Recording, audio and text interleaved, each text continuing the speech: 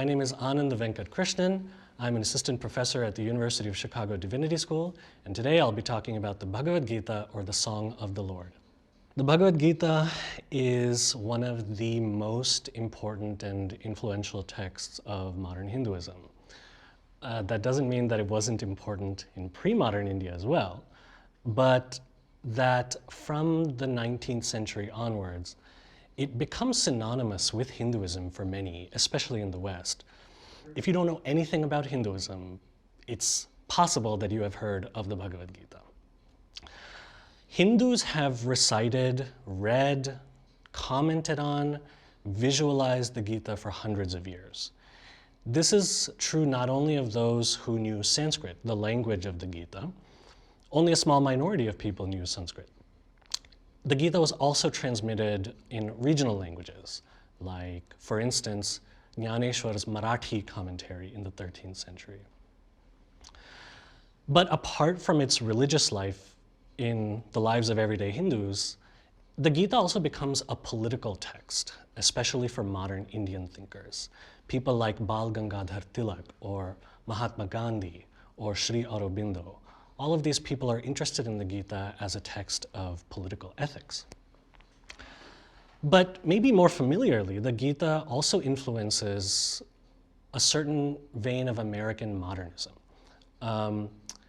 Writers and poets like Ralph Waldo Emerson, Henry David Thoreau, and even T.S. Eliot all were engaging with Indian texts at large, and the Gita in particular. You might also have seen Hare Krishnas, people who engage in singing the name of Krishna, God, in the streets. That is a tradition that largely took off in the United States in the 1960s. I bring up the Hare Krishnas because they have tried to include the Gita alongside, and in some cases replacing, the Gideon Bible in hotels and motels around the United States. Finally, maybe more pertinent to our day, because the Gita offers a theory of action, a theory of how to work in the world, it becomes a really perfect tool for management professionals to try and figure out how do we find the optimal worker. So as you can see, the Gita has influenced all kinds of communities and all kinds of people in very different ways: religious, philosophical, political, literary, throughout history.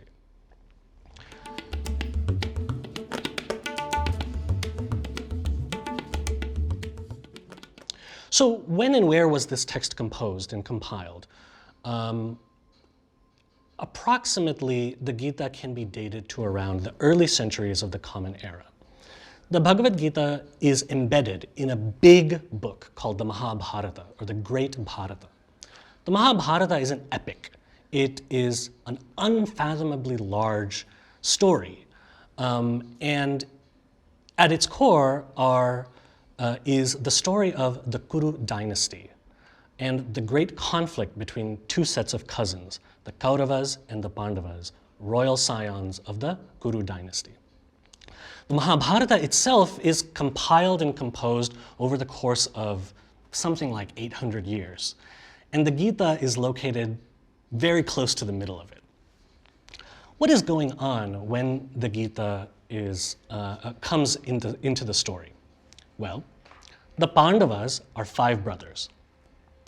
They're trying to win back their rightful inheritance of political power, and they are stymied by their cousins, the Kauravas. They try many diplomatic means to do so, but when all of this fails, they have to resort to war against their own family.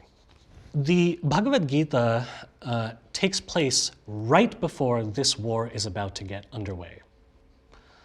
The Gita is a dialogue between Arjuna, who is one of the Pandava brothers, he's the greatest warrior of his time, and Krishna. Now, who is Krishna?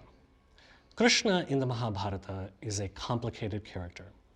He's a friend to the Pandavas, he's an ally, he's a political advisor, but sometimes, and as we will see in the Gita, he's more than just a human being.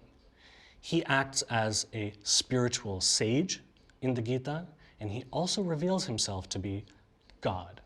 We find out more about Krishna's divinity in the Gita more than anywhere else.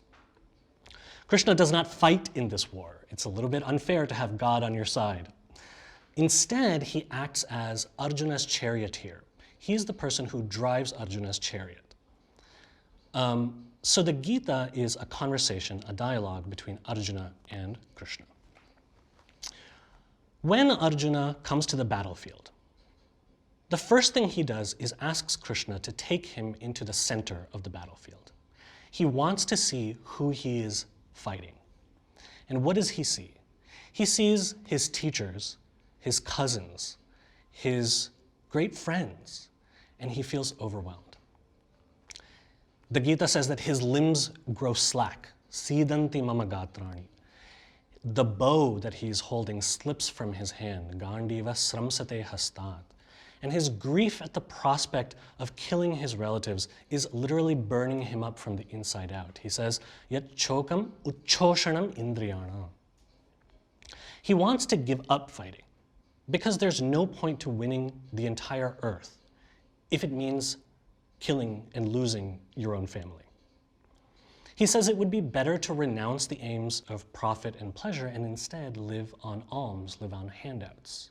He says, Shreyo bhoktum bhaikshyamapi haloke. In the large scheme of things, Krishna wants to convince Arjuna to fight the war. That's really what the Gita's frame story is about. But that's just the frame story. There are 18 chapters in the Gita with several stanzas, with a bewildering variety of moral and spiritual teachings.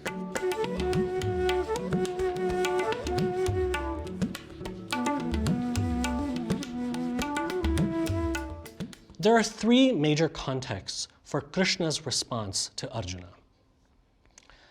One is Buddhism.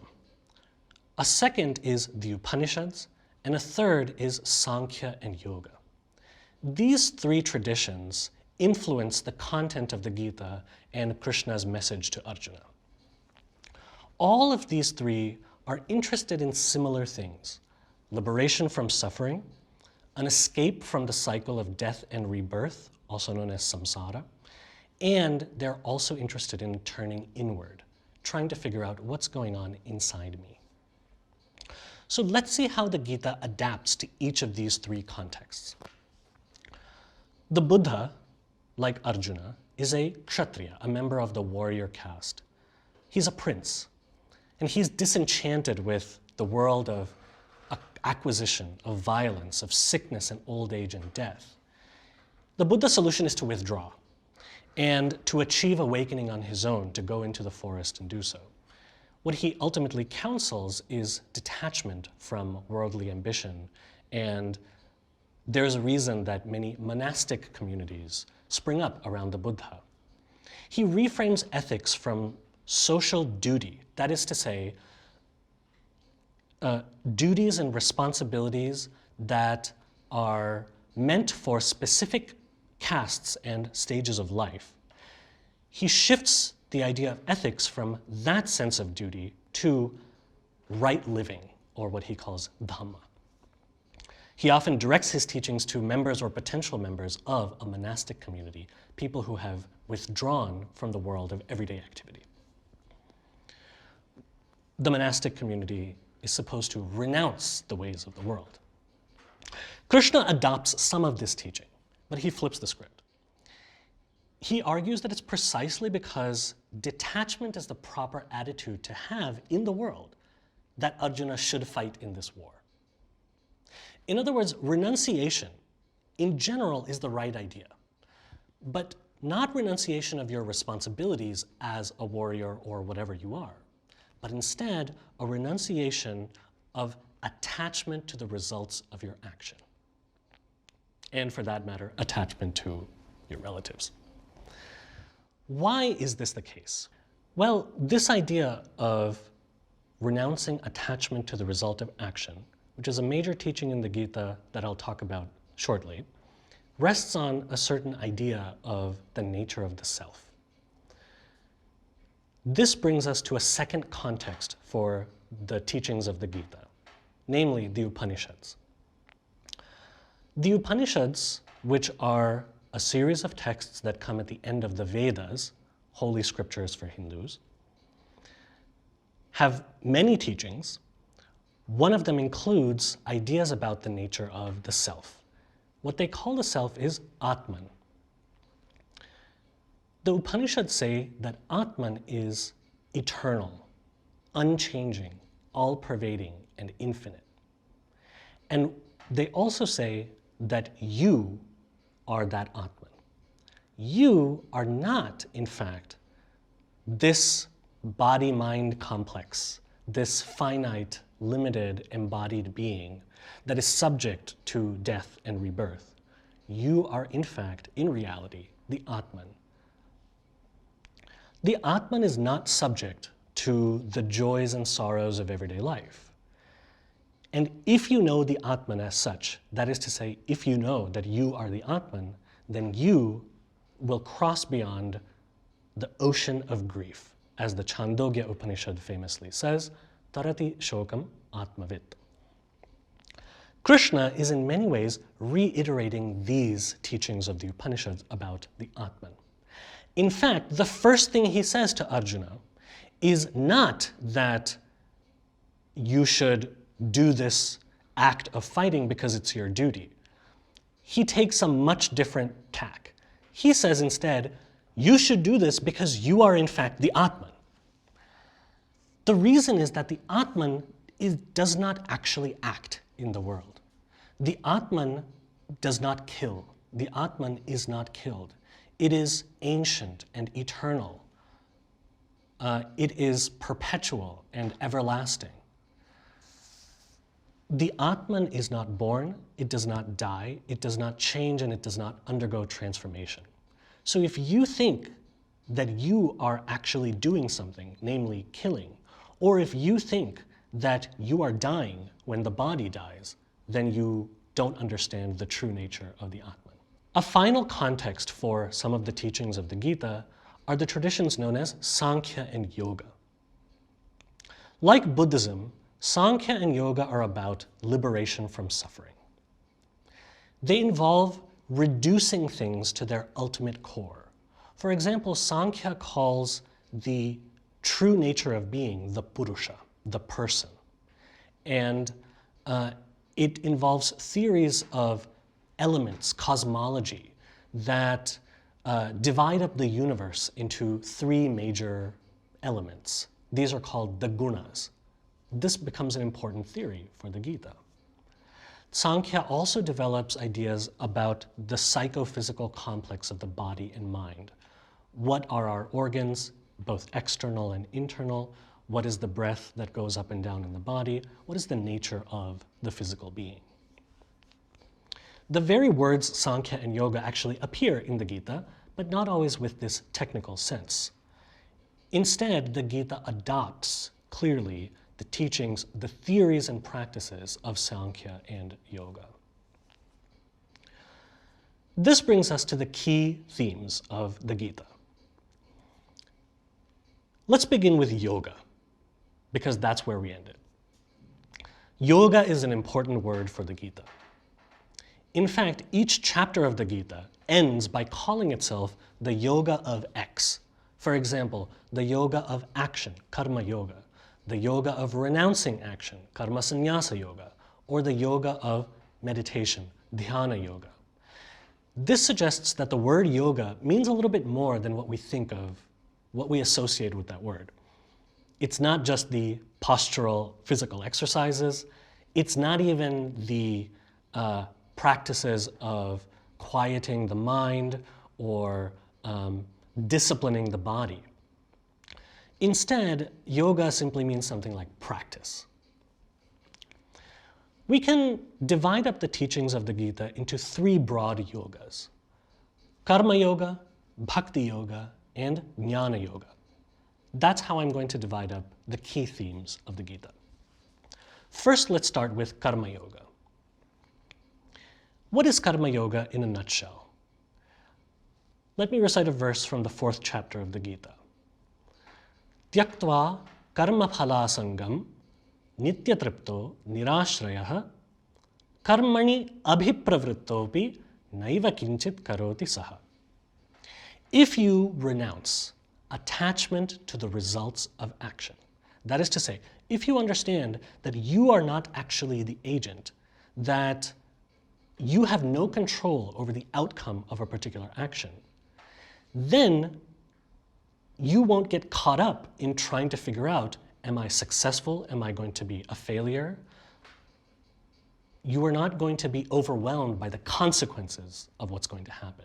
Your duty is simply to action alone and not to its results. If that is the case, then you will be nityatripta, satisfied. Nirashraya, you won't depend on anyone or anything. And even though you are engaging in the actions, karmani abhipravrittopi, you are not actually doing anything at all. Naiva kinchit karoti. This is the teaching of Karma Yoga. It's a shift in your attitude towards what you are doing in your everyday life. What is the attitude that results? Well, as Krishna says in the second chapter of the Gita, Vita raga bhaya krodhaha sthita dhir muniruchyate. You come to be called something called a muni, a sage, a wise person. And such a wise person has sthita dhihi. His intellect, his mind is firm, it's fixed, it's not wavering. And the things that generally result in turmoil, internal turmoil, things like passion, excessive attachment, fear, anger, all of the emotions that Arjuna is experiencing when he's entering the battlefield, all of those things go away when you develop this attitude of Karma Yoga. Why is this important for Arjuna in particular? Well, the reason is he's also afraid that if he does this terrible deed of killing his relatives, he is going to experience the bad consequences of that action, known as papa or sin. He will have done something fundamentally wrong, he feels. But Krishna says in the 5th chapter, Brahmani adhaya karmani sangam tyaktva karoti yaha lipyate na sapapena padmapatram ivambhasa. If you do your actions, but you deposit them, you dedicate them to what he calls Brahman, or as we'll see in the next section, a word for God, then if you renounce your attachment to those actions, depositing them, dedicating them to God, then you are not touched by sin, just like a lotus leaf is not touched by water. Water droplets simply slip off of it. And with this stanza, we get an inclination of the second yoga that Krishna teaches in the Bhagavad Gita, namely Bhakti Yoga. It may be hard to develop this idea of detachment from your actions, from their results, and from the people who are depending on the results of those actions, or who may be affected by them. Krishna says, instead of thinking of this as a negative process, try to reframe it, reorient where that attachment goes. Instead of being attached to the things of everyday life, instead of being attached to your possessions, your body, your wealth, your status, all of the things that are wrapped up in Arjuna's fear if he should go to war, then Krishna says, reorient that attachment to something or someone else, namely to God. This is Bhakti Yoga, reorienting your attachment to God. Well, who is God? Well, Krishna answers this in the first person.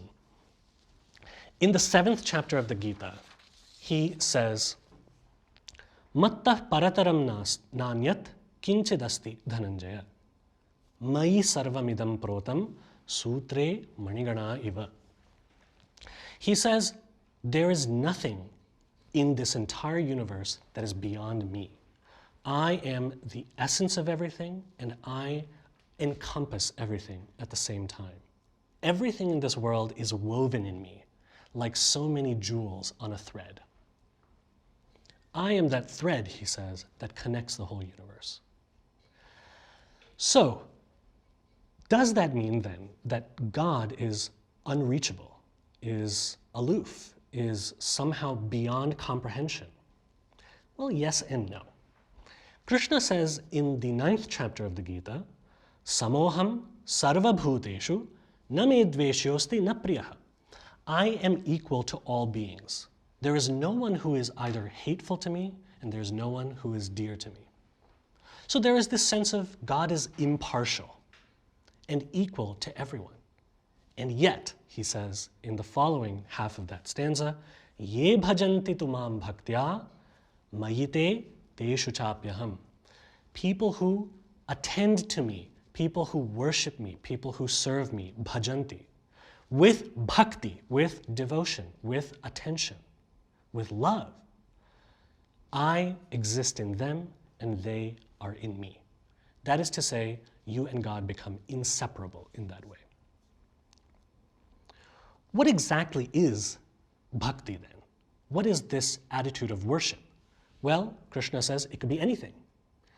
Yat karoshi, yadashnasi, yad juhoshi, dadasi yat, yat tapasyasi kaunteya, tat kurushva, madarpanam. Whatever you do, whatever you eat, whatever you offer as sacrifice, whatever you do as difficult austerities, anything you do it as an offering to me, he says. So the yoga here is a connection between you and God. Such people, he says, I take care of their everyday welfare. You don't have to worry about a thing, just trust in me. He doubles down on this promise at the end of the Gita in the 18th chapter. Sarva dharman parityajya mam ekam sharanam vraja aham tva sarva papebhya mokshayishyami ma shuchaha. You can let go of all your dharmas. We've seen this word once already, where the Buddha said that dhamma is a certain way of right living. Dharma in Hinduism is a little bit more expansive. It's all of those duties and responsibilities that you carry with you every day of your life. He says you can let go of all of that and simply take refuge in me. I, he says, will release you from all of your sins. Don't worry. That is Bhakti Yoga. The third teaching of Krishna is Jnana Yoga. Jnana means knowledge, but it's a specific kind of knowledge that Krishna is talking about. Krishna says that you should know experientially the nature of the Atman. You should understand in no uncertain terms that Atman is everything. Beyond the finite boundaries of the body and the mind, this whole complex that we consider to be ourselves. You have to know that the Atman is unkillable, unchanging, eternal. You have to know that you are the Atman. What kind of person can actually gain this knowledge? What does it take to do so? And what is the nature of his knowledge? Krishna says in the 7th chapter, Bahunam janmanamante jnanavan mam prapadyate. Vasudeva sarvamiti samahatma sudurlabha. Only after many lifetimes, after many rebirths, births and rebirths, does the person who has knowledge truly reach me. What is the knowledge that he has? Vasudeva sarvamiti, that everything is Vasudeva. Now what I just said is that Atman is everything. This shows us that Krishna is identifying himself, also known as Vasudeva, it's another name for Krishna, as everything. The sentence is Atman is everything and Vasudeva, or Krishna, is everything. They are one and the same. This is the knowledge that a person who undergoes Jnana Yoga has.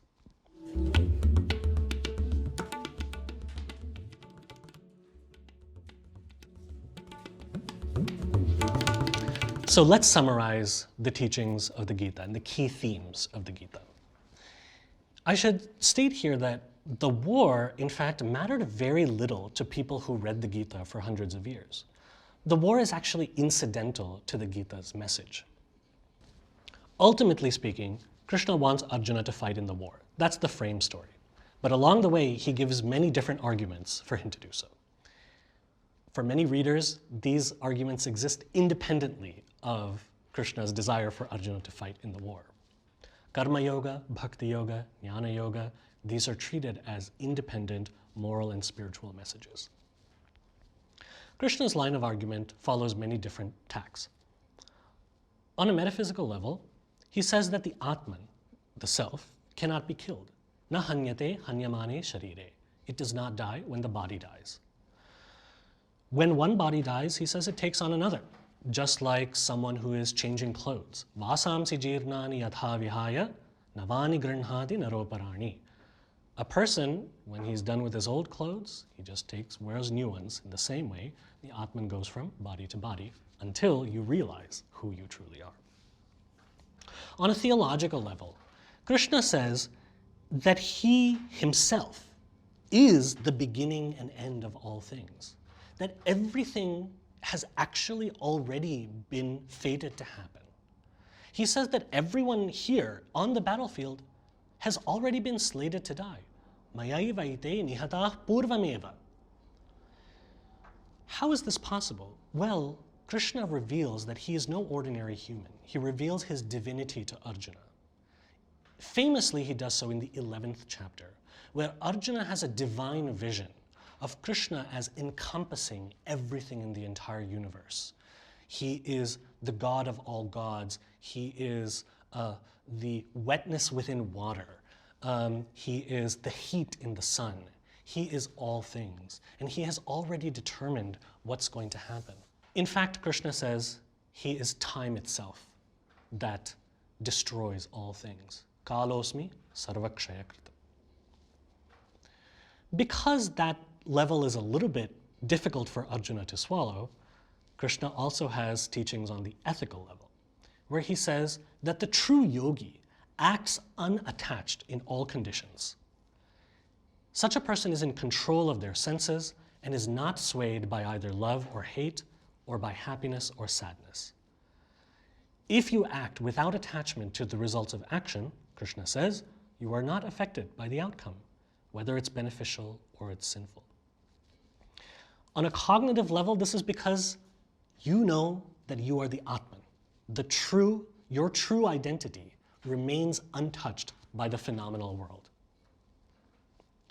The only difference between you and me, says Krishna to Arjuna, is that I know that I am the Atman and you do not.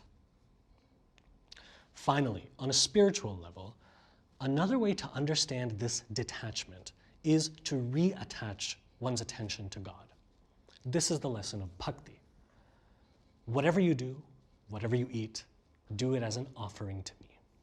And Krishna says, I will take care of everything for you.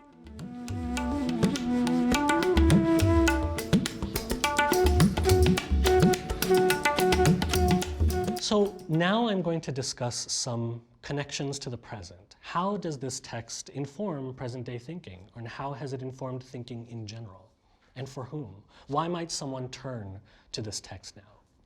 The concept of a single, personal, theistic God was not widespread in the religious world into which the Bhagavad Gita entered.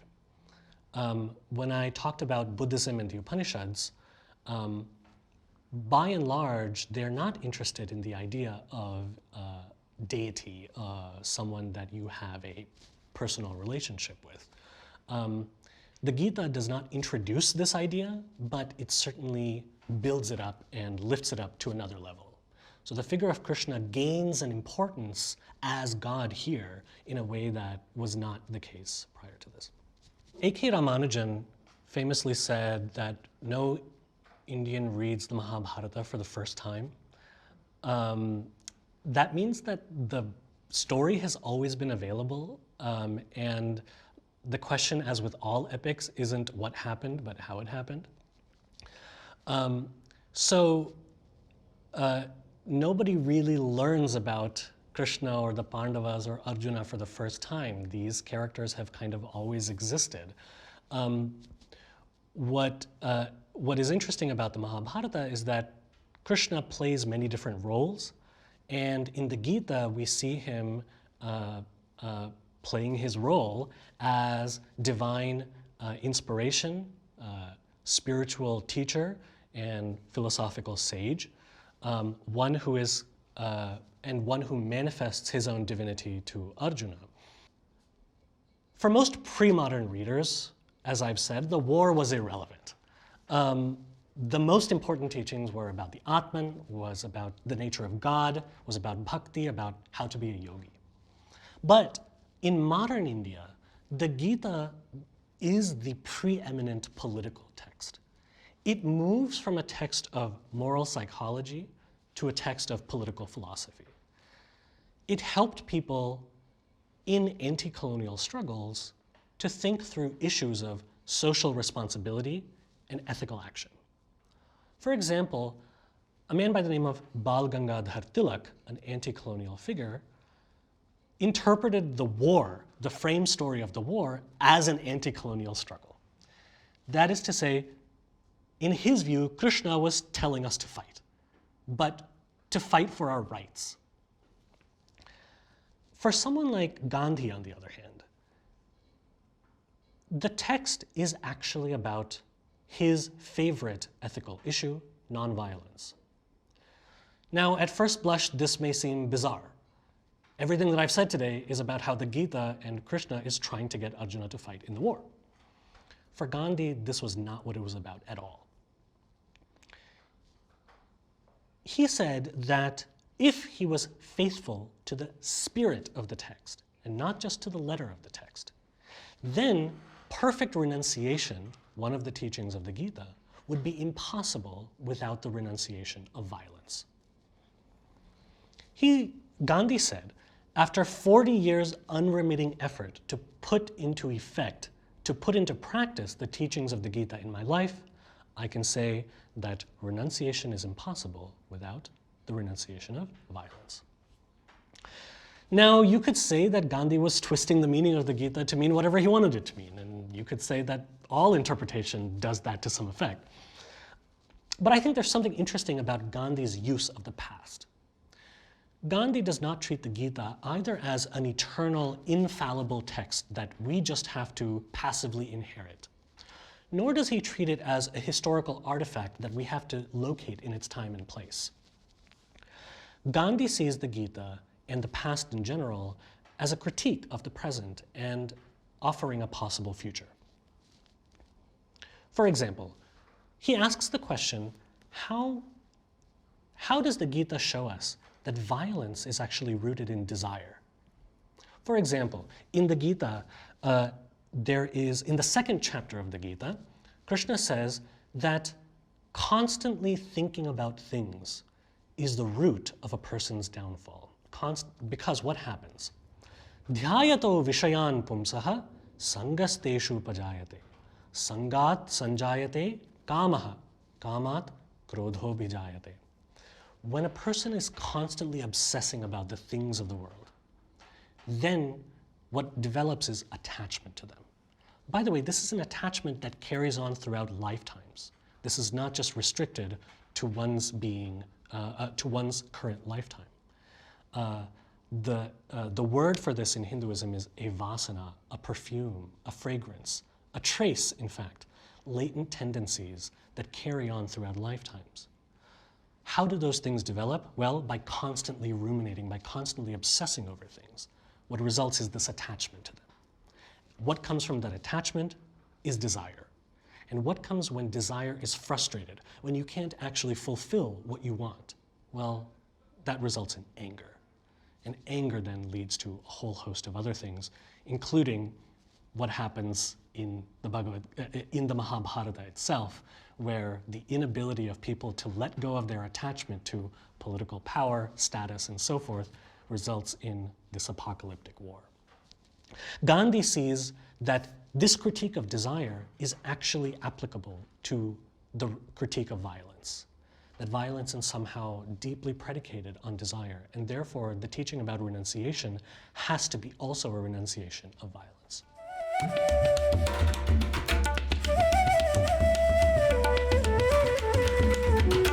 I'll conclude with a note on how this text has influenced my own approach to study, to scholarship, and to how I see things. The one teaching that comes back to me frequently is that the only thing you have control over is your action and not to its results. There's a simple way to adopt that ethic. When you take a test, the test goes away and you don't know what's going to happen. But there's something a little bit broader, which is that it reflects to me, it mirrors to me what the study of the humanities involves, which is that it is not self-interested, it's not instrumentalist, and it's not profit-oriented. When I was a child, I used to attend certain youth retreats, Hindu youth retreats, and we would have to recite the 15th chapter of the Bhagavad Gita before each meal. Why was this the case? Well, on the one hand, it's the shortest. It's only 20 verses, thank God, because we were all hungry. But second, there's a stanza in there that talks about where Krishna says, I am the fire and I enter the body and cook the food while you eat it. So there is a sense in which the very act of eating also becomes a kind of worship, right? Now, I didn't think of that when I was reciting this when I was 8 or 9 years old. I just wanted to eat the food. And that also shows how the Gita can inhabit your consciousness in helping you digest, as well as anything else. Digest literal food as well as digest moral and spiritual teachings.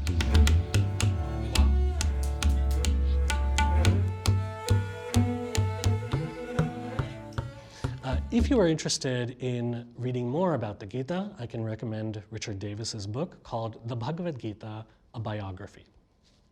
Thank you so much for listening to this lecture on the Bhagavad Gita. I hope that it sparks your interest to learn more about the text and also to become part of the community of readers who have tried to read and understand and apply this text.